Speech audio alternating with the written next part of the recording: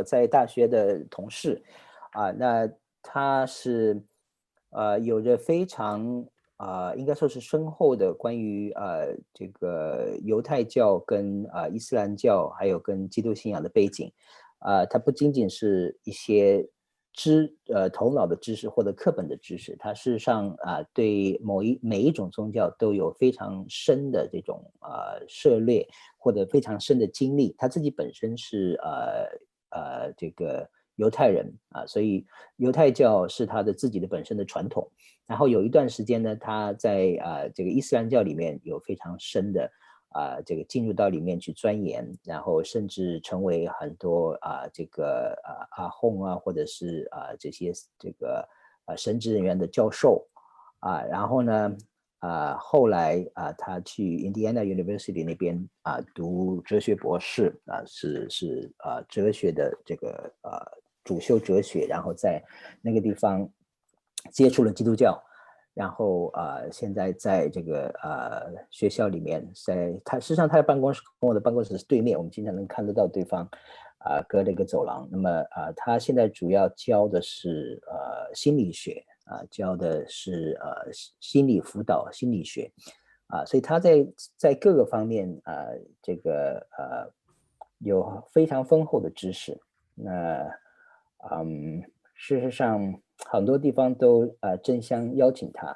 他也是美国的一个著名的心理学协会叫 Alice Institute 是 Albert Ellis 大概是继荣格之后的当代的应该说是最了不起的或者最知名的一个心理学家。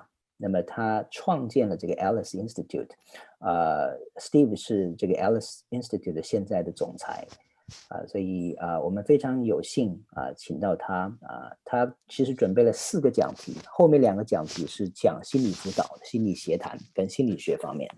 当然我们因为是人类文化遗产高级研究班，所以我们把这个重心聚焦在他的信仰的经历跟体验。他主要第1讲会跟我们讲这个基督信仰跟伊斯兰教之间的差别，而明天会讲这个犹太教跟这个基督信仰之间的差别。那么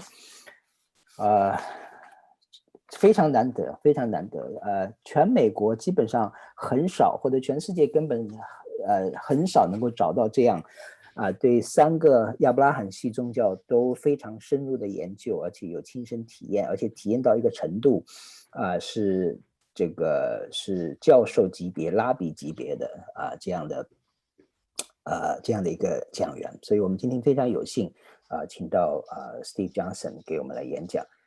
Steve, I just introduced you briefly and if you prefer, you can start the lecture and I'll translate for you. Okay, let me know if I talk too much and too fast, okay? Okay, I'll try and I'll just try to follow. Okay. Yeah, but I want to thank everybody for permitting me to speak to you this evening. I do appreciate that. 非常感谢大家给我这样一个机会，在今天晚上跟大家一起来分享这个信息。And I want to focus on the fundamental differences between Islam and Christianity. 今天晚上我要把重心放在基督信仰跟伊斯兰教之间的最根本的一些差别点。My real introduction to Islam was during graduate school. 实际上我对伊斯兰教开始有所接触或者有所学习的话，是从在上研究生的时候開始的。And I was working on my 2 PhDs. I was working on my first PhD was in philosophy, and I was working in epistemology, mathematical logic, but medieval philosophy, which included Islamic philosophy. 事实上Steve 有2个博士学位，那第1个博士学位是哲学博士。那么他在哲学博士时候，他所念的是这个中世纪的哲学以及数理逻辑等等这个方面这个知识论等方面反正是非常专的，或者是哲学里面最难的这个分支。And I was writing my doctoral dissertation on a 16th century Arab thinker, very, very famous, and I needed original resources. So I was in the Middle East, Saudi Arabia, Bahrain, Kuwait, the Emirates, looking at all of those sources. 所以当 Steve 在写这个博士论文的时候，他用到16世纪的一个伊斯兰学者，非常著名的一个伊斯兰学者的文献，他要去找到原始的文献，所以他去到中东，像科威特啊，像伊朗啊，或者是巴林啊这些国家，去那边直接找资料。While I was a professor at Indiana University, I was asked by a friend of mine who taught at Columbia International University to teach Islamic studies. And I've done that for 20 years now, more than 20 years. 是当我在印第安纳大学当教授的时候，教授那边的哲学，然后哥伦比亚国际大学这边有一个朋友邀请我到这边来教伊斯兰文化研究。那么从那个时候开始，我在这边教相关的学科，已经教了有20多年了。But I'm also a psychologist, and so one of my specialties is to treat post-traumatic stress disorder, specifically among Muslims, to treat them, especially those who have been, abused or attacked or imprisoned. 我的另外一个专业方向是心理学心理辅导跟咨询心理学方面，尤其是对于PTSD 就是创伤后综合症方面的治疗跟研究那么我的一个集中点是在伊斯兰社区里面尤其是那些被逼迫然后受到这个相应的创伤的这些的人员我给他们提供很多的救助。And then later, in the last few years, I've been working with a think tank in Washington, D.C. on Muslims in America and the citizenship of Muslims in America. 在过去的几年中我在华盛顿的一个智库里面担任一个职务。那么那个智库主要是研究在美国的伊斯兰教徒那么以及美国的伊斯兰如何融入公共社会的这些议题。Enough about me. 这是关于我的一些简单的介绍。Yeah, let's jump into the topic. 让我们开始我们今天的讲题。And one of the things is some of the typical Christian misunderstandings about Islam and Muslims. And that's the context in which I want to try to present Islam as experienced from the inside. 我今天主要讲的一个侧重点是因为在基督徒中间事实上对于伊斯兰教或者是这个穆斯林有着一些比较常见的一些误解，那么这些误解可能在大家中间也存在，所以是在这样一个背景下面，我准备今天的讲题。And let me begin with, I think, the biggest misunderstanding that Christians may have about Islam, and that is they will often try to fit Islam into Christian categories, and one of those categories is to see Islam as a form of works righteousness. 对于基督徒来说，对于这个基督徒对于伊斯兰教或者穆斯林这个最大的误解就是通常基督徒会用基督教的这些范畴来强行按在伊斯兰教的头上，而把伊斯兰教理解成为一种因行为称义的宗教。And that's not quite right, because for Muslims, to ever get to heaven, and I'll talk about heaven and hell and all of those things, but to get to heaven, it takes right belief and right action. 事实上这样的一种理解并不完全准确。对于一个穆斯林而言，要进到天国不单是需要真正的正确的信仰，也需要正确的行为，两者缺一不可。But what does that mean? 那到底是什么意思呢？ When we say right belief for Muslims, that means that they have to subscribe to 6 beliefs, and if they don't, or if they have doubt, they are not a Muslim. 对于穆斯林的正确的信仰的方面，他们要有相信6个信条。如果他们对6个基本信仰有怀疑的话，那么他们就算不得是正统的穆斯林。The first and most important belief would be that you have to believe in Allah. Allah is not the name of God. It simply in Arabic means the God. 在这个6个信条中，第一个最重要的就是穆斯林必须要相信安拉，安拉是伊斯兰教版的上帝。And what you have to believe about Allah is in Arabic they call it Tawheed.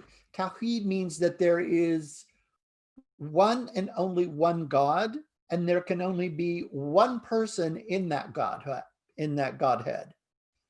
对于伊斯兰教徒来说，他们关于阿拉的信仰有一个非常关键的因素，就是要相信阿拉的这个 Tawheed 的这个特征。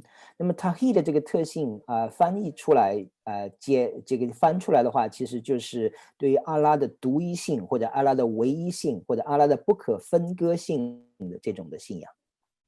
In chapter 112 in the Quran, there is a verse that is directly spoken to Christians to show. 在可兰经第112篇那个地方，有一节可兰经的经文是专门针对基督徒而写的。And saying it means is there's one God. That God does not have any partners, and nor does he have children. And by the way, God is neither male nor female within Islam. 在古兰经的那段经文里面，他明确的说，只有一位上帝，上帝没有其他的伴侣，然后上帝在伊斯兰的信仰中，他也没有男女的性别的差别。And then the second most important belief is to believe in the prophets and messengers. 第二个最重要的信仰，对于伊斯兰教徒来说，他们必须要相信先知或者相信传递信息的人。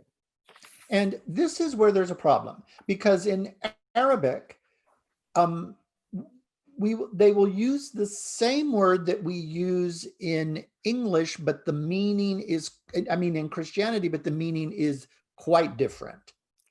这里面有一个用词方面我们需要注意的地方，就是在阿拉伯语里面的这个先知，跟英文里面或者是跟基督教所说的先知名称虽然相同，但里面的含义相去甚远。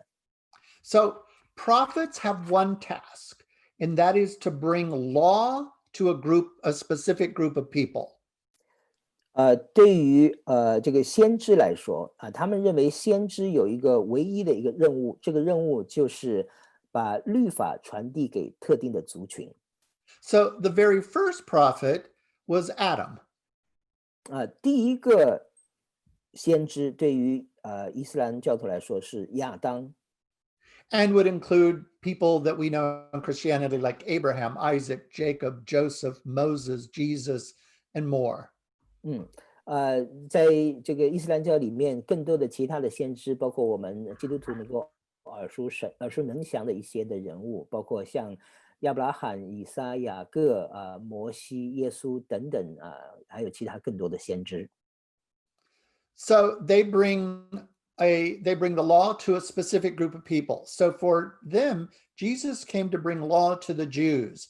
His message was not universal for Muslims. 对于穆斯林来说，先知主要的功能是把律法传递给某一个族群。那么从他们的视角来看，耶稣其实是一个先知，他要把律法传递给特定的族群，那个特定的族群就是以色列人。And then the messengers do not bring law, but they bring a book, a revealed book. 而那一些的传递信息的人 ，messenger， 他们所带来的并不是律法，他们带来的是一本启示的书。and say they believe that there are 4 of those revealed books. 他们相信有4本启示之书。There's Torah, which was revealed by Moses. 第一本是托拉，托拉其实是摩西五经。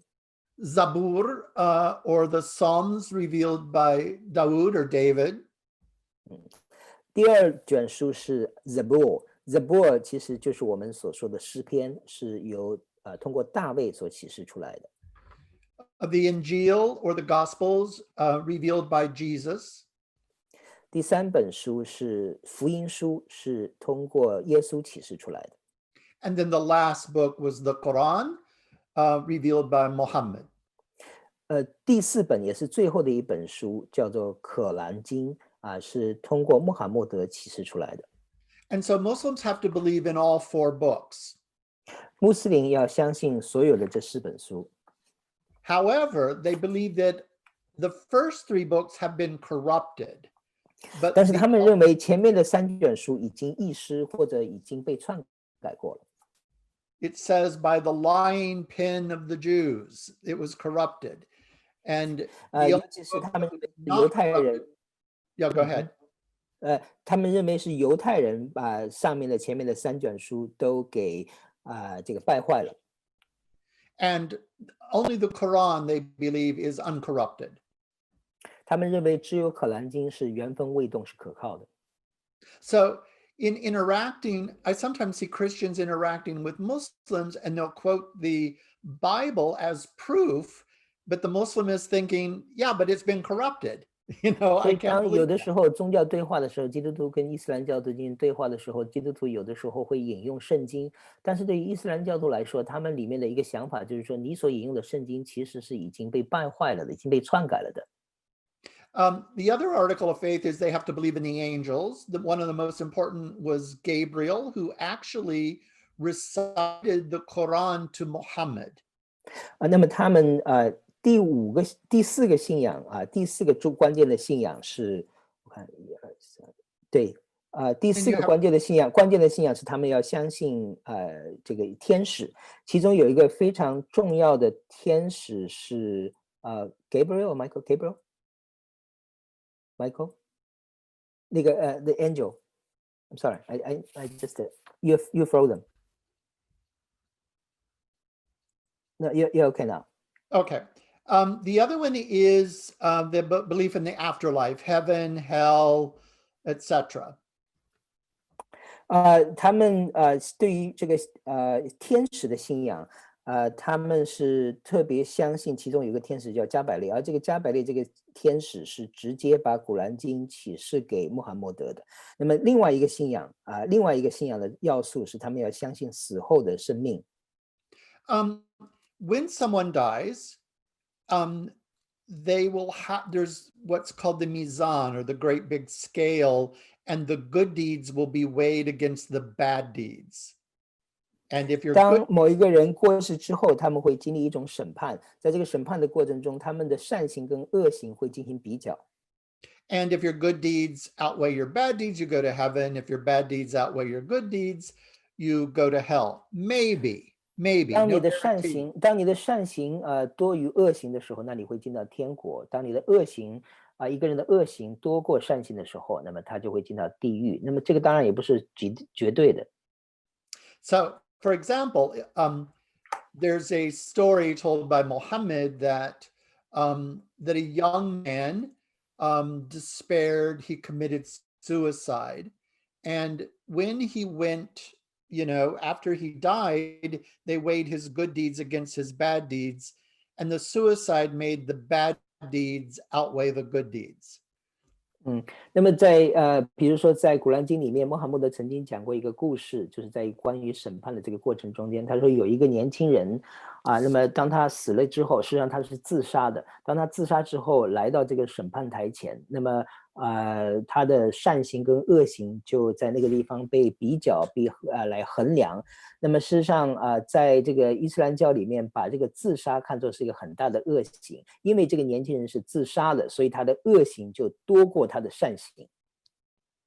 But Allah loved this young man, so Allah moved the line between heaven and hell so that the young man could go to heaven. 但是呢，阿拉就是上帝，伊斯兰的上帝非常喜欢这个年轻人，所以他把天国跟地狱之间的边界给挪了一下让这个年轻人可以进到天国里面去。So ultimately, where you end up is dependent upon the will of Allah. 所以最终而言，你一个人能进天国还是进地狱，事实上最终的决定是安拉的意志。There is no salvation is not you cannot there's no certainty about salvation. 对于穆斯林来说，救赎是不确定的。Yeah. And then the last big article of faith is the predestination of good and evil. 对于他们的信仰里面最后的一个最主要的信条，就是关于善跟恶的预定。But Muslims are directed not to think about that because it's confusing.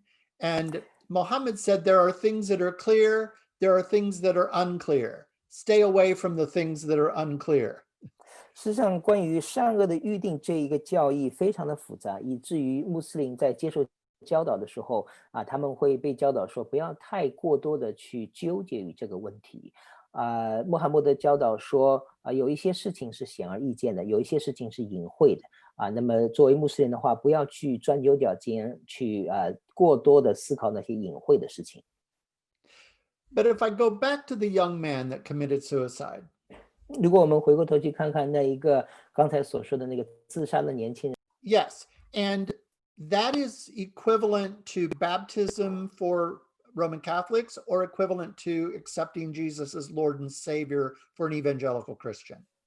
所以这个念功对于伊斯兰教徒来说跟相对的就是在天主教里面，如果你接受洗礼那么就相当于你已经得救了，或者是对于这个福音派的信徒来说你相信耶稣基督有这样一个觉知的祷告那么就相当于这个念功就是这样一个功能。Yeah, and the rest of them I will do very quickly. The Shahada is the most important action in your entire life. 对于伊斯兰教徒来说 shahada 就是个念功，是他们生命中最重要的一个功课。 Because if you believe that and the mizan, if the bad deeds outweigh the good deeds, you may go to heaven for a while, but you will eventually get out if you believe that there's one and only one God. 所以当你只相信这个只有唯一的阿拉，然后呢是这个阿拉真神同时呢你又有这个念功的话，或者是然后同时你的这个好的行为多过你的坏的行为的话，那你会进到天国。但是这个并不是永恒的在天国，有的时候你可能会掉出来的。 And the other one is prayer. You have to pray 5 times a day. And that prayer involves movement and recitation of the Quran. You cannot use your own words, and you have to do it in Arabic. 第二个这个功课5公里的第二个功是这个祷功，就是祷告。那么穆斯林一天要至少祷告5次，而且他们在祷告的时候，他们要有一些运动、匍匐这些。然后呢，他们在祷告的时候不可以用自己的话来祷告，他们必须是用古兰经里的话祷告，而且必须需要用阿拉伯文来祷告。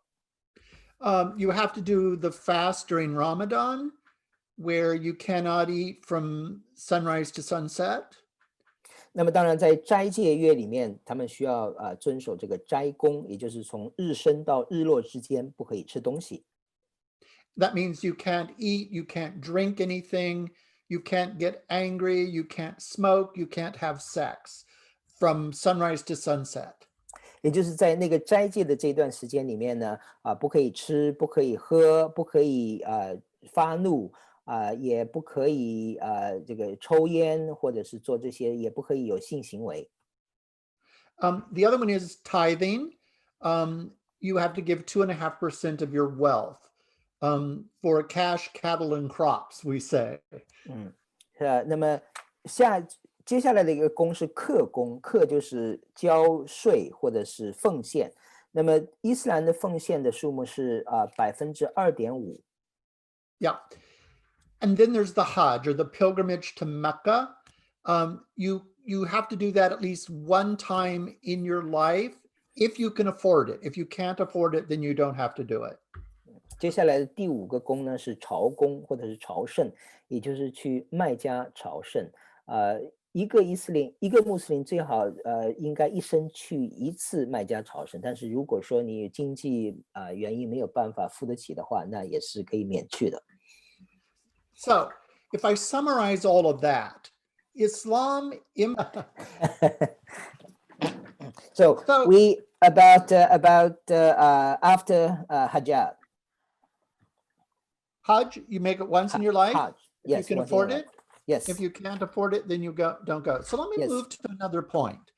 And that is one of the big things that you hear in the news all the time, which is utterly false, is that Islam. Okay. So one of the misunderstandings that often is in the news is that Islam requires the killing of apostates, that you cannot leave Islam. 那么如果你经常看新闻的话，你可能会得到一个错觉，就是伊斯兰对于那些背叛伊斯兰教的人，他们会把他们处死。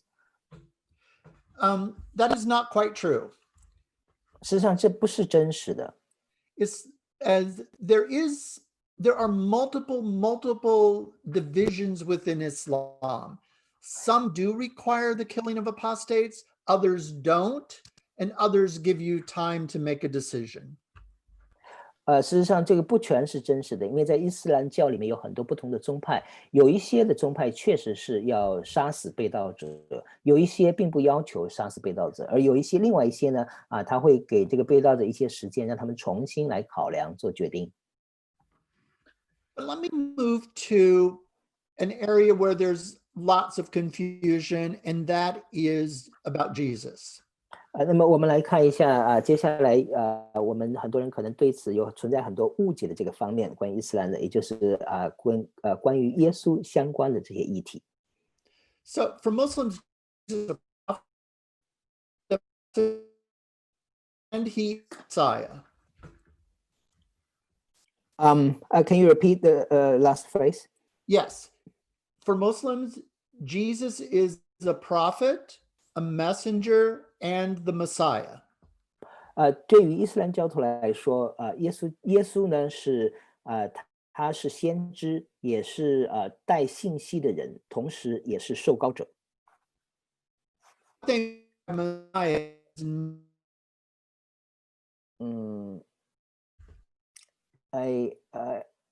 I cannot figure out. Can you repeat the sentence? Yeah. What they believe about the Messiah is not the same as what Christians believe about the Messiah. 伊斯兰教徒对于弥赛亚的信仰跟基督徒是不同的。So when Jesus in Islam never died on the cross. 对于伊斯兰教徒来说，耶稣从来没有死在十字架上。They would have seen that there was no reason for him to do that. 对于伊斯兰教徒来说，耶稣死在十字架上是没有意义的。That somebody was made to look like Jesus, and that person died on the cross. 那么，从他们的角度来看，是有一个跟耶稣长相很像的人，是那个人死在十字架上，被钉在十字架上，而不是耶稣。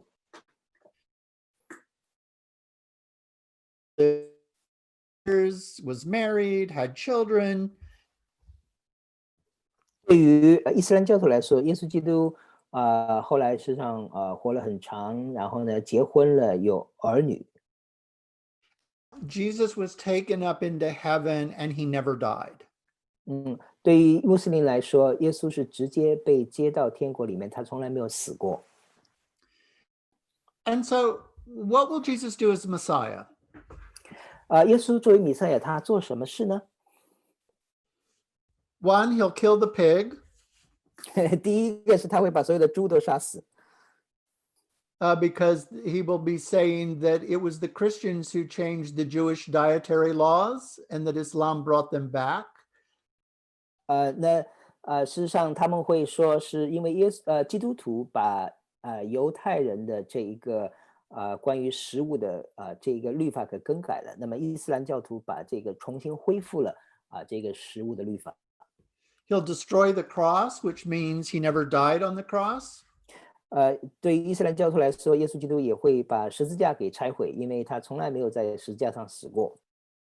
And he will abolish Muslims have to pay when they live in an Islamic state.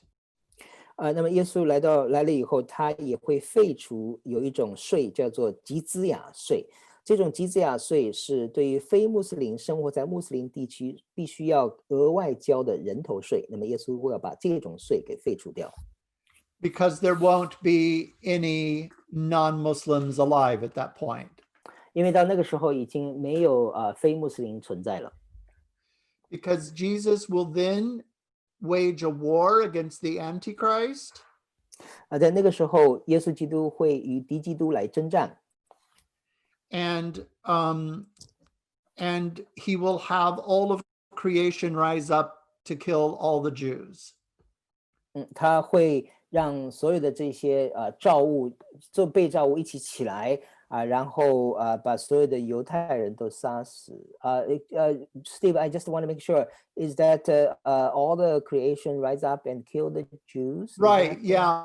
Like Okay. there'll be a rock will say there's a Jew behind me, kill him. A tree will say there's a Jew behind me, kill him, right? Okay. 因为刚才我不是特别的这个确定，因为这个是很敏感的一个议题。那么事实上穆斯林相信说这个那个时候呢，这些自然宇宙万物都会起来比如说树一棵树后面藏着一个这个犹太教徒或者犹太人，那么这个树就说来过来把这个犹太人杀死那么在石头后面也是这样，石头也会说来把这个犹太人杀死。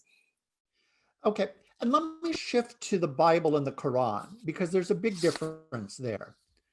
我们来谈一谈圣经跟葛兰经，他们两者之间事实上存在着很大的差别。Muslims view the Quran as Christians view Jesus. 伊斯兰教对于古兰经的观点可以类比为基督徒对于耶稣的观点。Muslims to recite the Quran is an act of worship for a Muslim. 对于伊斯兰教徒来说，他们背诵古兰经就是一种崇拜的方式。It must be done in Arabic. Even if you don't know Arabic, that's okay because you don't have to understand what it is that you're reciting. It's an act of worship in itself. 背诵古兰经事实上必须用阿拉伯文进行，即便你不懂阿拉伯文也没有关系因为你并不需要知道里面的意思。Now, here's something that Christians often make a mistake with when they're talking to Muslims. They think that the Quran is the only source of authority when it's not. 那么当基督徒跟伊斯兰教徒在对话的时候，他们在这一点上通常会犯错误。基督徒往往认为穆斯林认为古兰经是唯一的权威的来源。There's another equally important source of authority, and that's called the Sunnah, or the life example of Muhammad. 事实上，对于伊斯兰教徒来说，除了可兰经，还有另外一个跟古兰经类似的、带有权威效用的权威的这个经典，叫做 Sunnah。Sunnah 是中文翻成是圣行，也就是这个穆罕默德的行为的记载。So, for example, when you're fasting during Ramadan and you want to break the fast, you should eat an odd number of dates, have some cucumber, eat pumpkin, because Muhammad did. 比如说吧，就是在斋戒月里面，当斋戒一天的斋戒结束以后，要开始吃东西的时候，那么有一些穆斯林会选择在单数的这个日子里面，然后呢，以吃这个黄瓜作为结束进食的这样一个食物。为什么要这么做呢？因为这个是穆罕默德曾经这么做过。And for example, if you go to the bathroom, you have to enter with your left foot, and when you come out, you have to exit with your right foot. 又比如说，当你要进到厕所的时候，你进去的时候要左脚先迈，然后你出来的时候，你必须要右脚先迈。When you're drinking a glass of water, you cannot breathe into the glass because Muhammad didn't do that, right? OK，所以当你喝水的时候当这个杯子凑到嘴边的时候，你不可以把气息这个吐到这个杯子里面，吐到水里面，因为穆罕默德不这么做的。Yeah, so there are all kinds of things, hundreds and hundreds and thousands of actions that are a part of the life example of Muhammad, and they're contained in books. And so Muslims try to do as many of those as possible. 那么关于这些盛行这个在伊斯兰的传统里面有成千上百，甚至这个可能上万的这样的一个盛行的这种记载他们被记载在一些书的里面，把编撰成册，然后伊斯兰教徒都努力遵守这一些盛行的模范。One other very important source of authority is called qiyas. This is to argue by analogy. 那么另外一个伊斯兰的权威或者经典的来源，事实上叫做imam what is can you repeat that? Qiyas, argue by analogy. Yeah. Qiyas 的意思是用这个类比来进行论证。This is to make the Quran relevant today. 这个它的目的是为了让古兰经跟今天的现实生活联系起来。I'll give you an example. When coffee first entered into Islamic culture, coffee is not mentioned in the Quran, so they didn't know whether they could drink coffee or not, right? 当咖啡刚刚开始兴起的时候，那么伊斯兰教徒并不确定说他们能不能喝咖啡，因为咖啡在古兰经中并没有出现过。So the argument was that when they noticed that when they drink coffee, they could stay awake. And if they stay awake, they can pray more. And praying more is good. So coffee is good.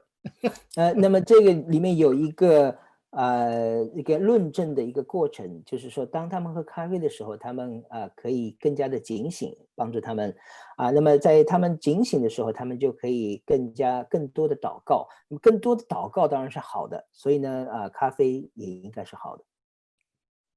Okay.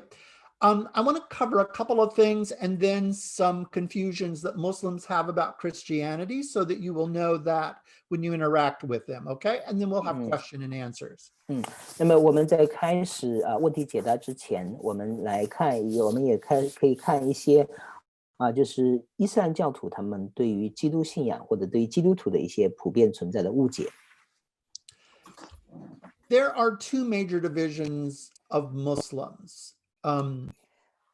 Sunnis, which make up 85 to 90%, and Shia, which make up 10 to 15%. 那么事实上穆斯林有两个主要的族群一个逊尼派穆斯林是主要的支派他们大概占人口的85%到90%左右，而什叶派穆斯林是属于少数派，他们占大概10%左右。They tend not to like each other. They have different Islamic laws. There are major differences between them. 这两个派别之间也存在了很多的差别，他们的关于伊斯兰的教法就是他们的宗教法是非常不同的，而且彼此之间水火不容。There are a bunch of examples that I could go into, but let's not do that now. The other one is, and then I want to move to where the confusion that Muslims tend to have about Christianity. But one last point about Islam is that Muslims don't believe in the death and resurrection of Jesus because while they do believe that Adam sinned, they believe that he was forgiven. And so there is no doctrine of original sin, right, to overcome. 所以对于伊斯兰教徒来说，他们对于这个基督信仰或者基督徒事实上存在的一些的误解彼此之间这个对一些看法是不同的。比如说，对于这个耶稣基督钉十字架，他们认为基督钉十字架是没有必要的。为什么呢？因为他们也相信，即便他们也相信说亚当犯罪了。那么亚当犯了这个罪，但是呢，他们相信亚当已经被上帝赦免了，所以并不存在所谓的原罪因为没有原罪，所以也不需要有耶稣基督自己就上十字架来救赎人类。So let me shift to some confusions that Muslims have about Christianity, because this will be in their mind when you're talking to them. So it's better if you address those pretty early in conversations. 那么我们现在来看一看，对于一个穆斯林来说，他们对于基督信仰或者基督教之间存在着一些什么样的误解？也就是当你以后有机会，如果跟穆斯林沟通交谈的时候，那么你心里要很清楚的知道这一些的误解的存在，或者你可以先帮助他们来澄清这些误解。One is the Bible is very confusing for Muslims. 对于伊斯兰教徒来说，圣经是一本让人很困惑的书。Remember, they believe that Allah sent a book to a messenger. 我们大家都知道说，刚才所说的阿拉这个通过这个信息传递的人使者信息使者来传递一本书给他的人，给他的百姓。So they believe that Allah sent Jesus a book, and that book was called the Gospels. 他们相信的是阿拉给了耶稣一本书，而这本书就是福音书。And so they're confused. They go, why is there a gospel according to Matthew, Mark, Luke, and John, and there are a bunch of letters written by Paul, none by Jesus? Why is that? 他们会非常困惑，说为什么圣经新约里面，你们的新约里面有马太、马可、路加、约翰，然后有保罗的很多书信，但是却没有直接是耶稣所写的东西呢？ The other one is the idea that Jesus died for our sins, for them, doesn't make sense. 对于伊斯兰教徒来说，耶稣基督为我们的罪而死这样一个教义，对他们来说，他们很难理解。They think it's unfair that someone else would die for them.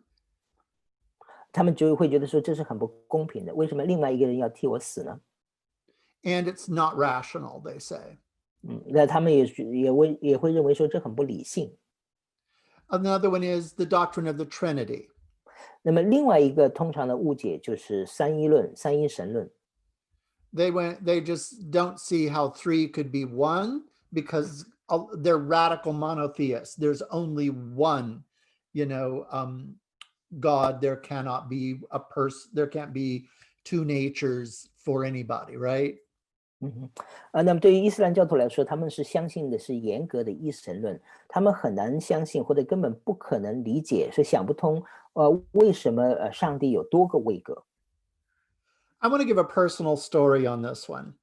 那事实上我有关于这个教义呢关于这一点上，我有一个自己发生在我身上的一个个人的故事跟大家分享。 When I was in grad school, I didn't believe in Christianity.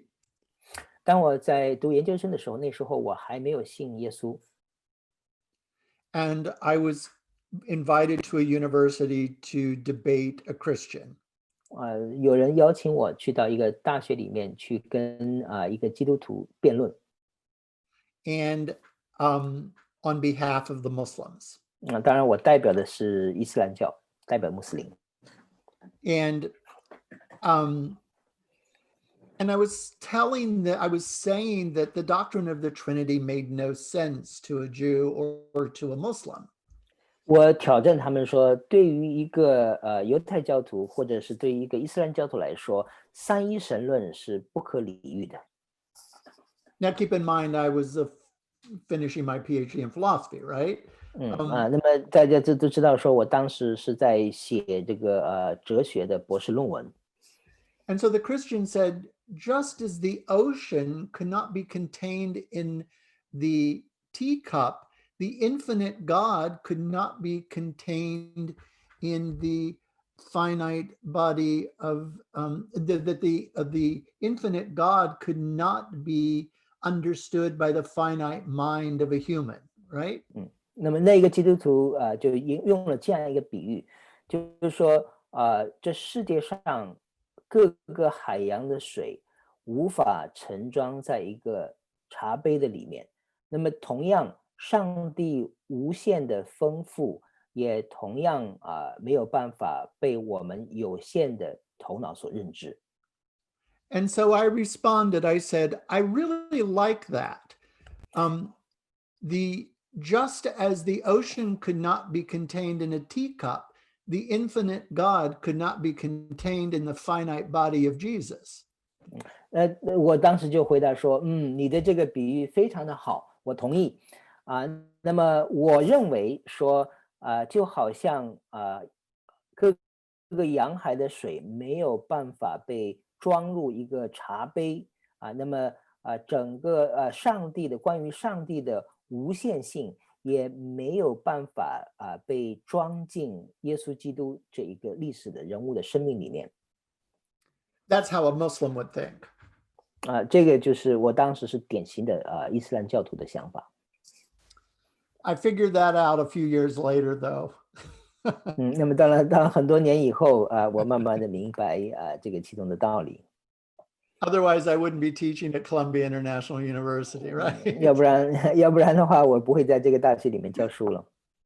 And so the other thing that they don't get, and I really would like to kind of end on this point so we could have some discussion and question and answers, is it's very important in the news today that I want to talk about.